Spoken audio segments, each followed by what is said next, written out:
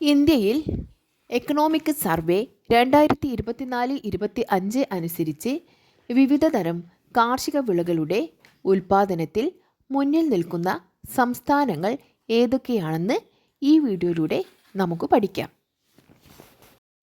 നെല്ല് തെലങ്കാന, ഗോതമ്പ് ഉത്തർപ്രദേശ്, കരിമ്പ് ഉത്തർപ്രദേശ്, പുകയില ഗുജറാത്ത്, പാൽ ഉത്തർപ്രദേശ്, തേയില ആസാം, ചണം പശ്ചിമ ബംഗാൾ, പയർവർഗ്ഗങ്ങൾ മധ്യപ്രദേശ്, പരുത്തി ഗുജറാത്ത്, ബജ്ര Rajasthan, rubber Keralam, oil seed Rajasthan, ഭക്ഷ്യധാന്യങ്ങൾ ഉത്തർപ്രദേശ്, ചോളം കർണാടക, കടുക് രാജസ്ഥാൻ.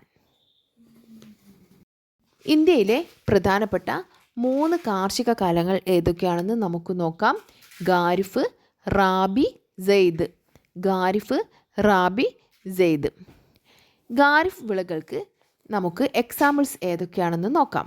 ഖാരിഫ് വിളകളാണ് നെല്ല്, ചോളം, പരുത്തി, തിനവിളകൾ, ചണം, കരിമ്പ്, നിലക്കടല.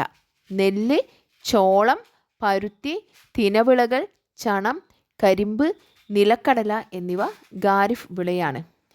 റാബി വിളകൾക്ക് എക്സാമ്പിൾസാണ് ഗോതമ്പ്, പുകയില, കടുക്, പയർവർഗ്ഗങ്ങൾ. ഗോതമ്പ്, പുകയില, കടുക്, പയർവർഗ്ഗങ്ങൾ എന്നിവ റാബി വിളകളാണ്.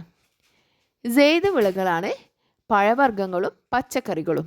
പഴവർഗ്ഗങ്ങളും പച്ചക്കറികളും സെയ്ദ് വിളകളാണ്. ഇതിൻ്റെ വിളയിറക്കൽ കാലവും വിളവെടുപ്പ് കാലവും ഏതെന്ന് നമുക്ക് നോക്കാം.